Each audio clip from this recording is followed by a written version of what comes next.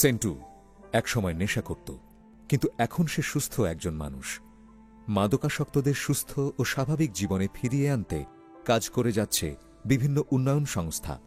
তেমনি মধুমিতা প্রকল্পের আওতায় পরিচালিত একটি সংস্থা ক্রিয়ার সংস্পর্শে এসে সেন্টু নিজেকে ফিরে পায়। এখানেই সে কাউন্সিলর পদে চাকরি করে। সেন্টু এখন আর 10 জন মানুষের মতোই ছেলেকে নিয়ে স্কুলে যায়, আবার সন্ধ্যায় বাসায় ফিরে স্ত্রী ও ছেলের সঙ্গে সময় কাটায়। সেন্টুর বয়স যখন 15, তখন সে বন্ধুদের সাথে আমোদ ফুর্তির অংশ হিসেবেই প্রথম ফেন্সিডিল ধরে। এরপর হেরোইন এবং ধীরে ধীরে সুই সিরিঞ্জের মাধ্যমে শিরায় মাদক নেয়া শুরু করে। এর কিছুদিন পর স্কুলে যাতায়াত ছেড়ে দেয় সেন্টু। এ সময় মাদকের টাকা জোগাড় করতে বাসায় নানা জিনিসপত্র চুরি করে সে।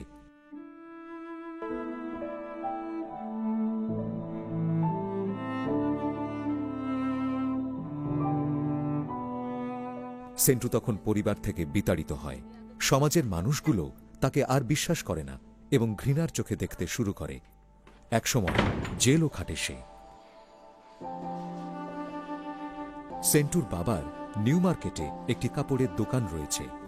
ভাই বোনেরা সবাই লেখাপড়া করে, তাই পরিবারের সম্মান রক্ষায় জেল থেকে বের হবার পর সেন্টুর মা তাকে তেজগাঁওয়ে একটি নিরাময় কেন্দ্রে ভর্তি করেন। ক্লিনিক থেকে বের হওয়ার পর আমি যাতে আর নেশা না করি সেই জন্য আমার পছন্দের মেয়ের সাথে আমাকে বিয়ে দেওয়া হয়। সেটা ছিল 2000 সাল, কিন্তু আসলে আমি পুরোপুরি ভালো হইনি। আমার বেড়া উঠলে আবারও আমি নেশা করতে শুরু করি। এ সময় সেন্টু তার বউকে ফুসলিয়ে তার নামে থাকা কামরাঙ্গীর চরে 2 কাঠা জমি 7 লাখ টাকায় বিক্রি করে।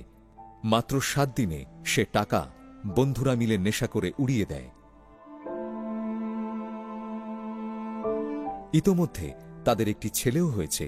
সেন্টুর বউ অতিষ্ঠ হয়ে বাচ্চা নিয়ে লালবাগে বাপের বাড়ি চলে যায়।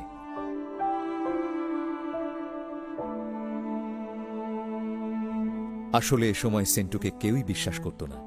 বাসায় যেতে পারত না সে। বন্ধ দরজার সামনে থেকে ফেরত আসতে হতো। মহল্লার লোকজন কথা বলতে চাইলেও কথা বলতো না। এমনকি দোকানের সামনে দাঁড়ালে দোকান মালিক চলে যেতে বলতো। সমাজ ও পরিবার যখন সেন্টুর কারণে বিরক্ত এবং অতিষ্ঠ, তখন সেন্টুর মা সেন্টুকে পুলিশের কাছে নিয়ে যায়। কিন্তু পুলিশ তাকে জেল হাজতে না নিয়ে বরং মধুমিতা প্রকল্পের অধীনে পরিচালিত এই সংস্থায় দিয়ে যায়। ততদিনে সেন্টুরও অনিশ্চিত জীবনের উপর বিতৃষ্ণা জন্ম নেয়। সেও ভালো হওয়ার পথ খুঁজছিল। মা একদিন ক্রিয়া অফিসে এসে আমাকে বলল, আমি সুস্থ হলে, ভালো হলে আমার বউ বাচ্চা আবার আমার কাছে ফেরত আসবে।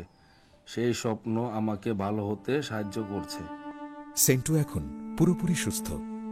সেন্টু উপলব্ধি করে, সবাই যদি তাকে দূর দূর না করে কাছে টেনে নিত, ভালো মন্দ বোঝাত, তবে হয়তো তার জীবনটা অনেক আগেই সুন্দর হয়ে উঠত।